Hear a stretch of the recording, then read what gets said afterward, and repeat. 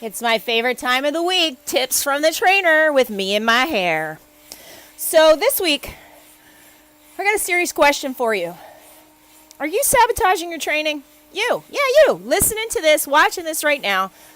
Are you sabotaging your training? You might be. I'm going to talk about this in two ways. So this video is going to have two parts. Keep it short, our attention spans and whatnot. Part one, doing the work.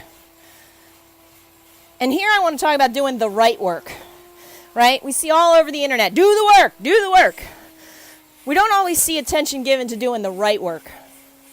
I started to get into this a little bit last week when I talked about intensity discipline. That's part of it, for sure. But the first thing I want to start with in terms of doing the right work is consistency. This is the number one most important part of your training. Your long ride, run, swim, means precious little if you're not doing anything else. The day in, day out, let's get on that pony and ride, people, is really the most important part of your training. That's how you're going to make the biggest adaptations to your body, to your fitness, to your mind. Okay, so how do you nail consistency? Step number one, review your training for the week, maybe the next several weeks if you have access to that. Check it against your life schedule. That crazy-ass life schedule you got, right? All the competing demands in your life, all the places you got to be, people you got to see, things you got to do. Make sure each day you're set up to get the training schedule in that day. And if you're not, talk to your coach about how to rearrange things, right? If you're not using a coach, work on your plan to figure out how you can rearrange things in a way that makes sense to fit your life schedule and the purposes of the plan. Then, put all this shit on a calendar, people. All of it. I'm talking about in your phone, on your fridge, in your car, in your bathroom. Remind yourself of all the important things you got to do each day, right? And make sure your training is one of those important things that you got to do each day. All right? The other thing about reviewing your training, which helps with consistency, is you can figure out what the workout's about. I see this a lot with swim workouts.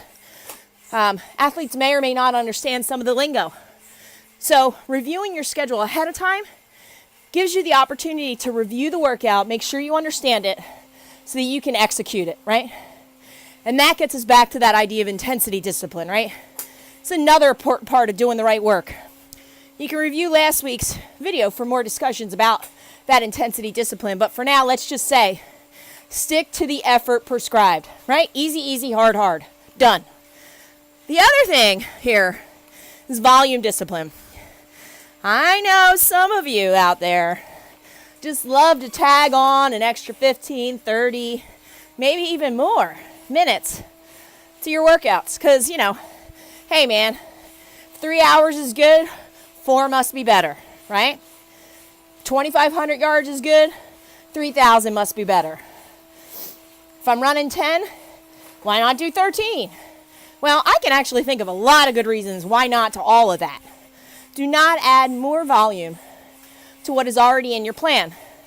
These plans are set up, whether you're working with a coach or a book or an internet plan, these are all set up with very clear ideas about how much training stress we're loading into each cycle, right? When you add more to that, you impact that training stress, which can lead to overtraining, under recovery, and also just a performance plateau, right? More is not always better, okay? So, stop sabotaging your training. Focus on doing the right work. In video 2 of Stop Sabotaging Your Training, we're going to look at recovery. But for now, review your training. Match it up with that crazy-ass life of yours. Put it on the calendar and get it done the way it's prescribed. All right? Happy training, y'all. See you out there someday after the polar vortex.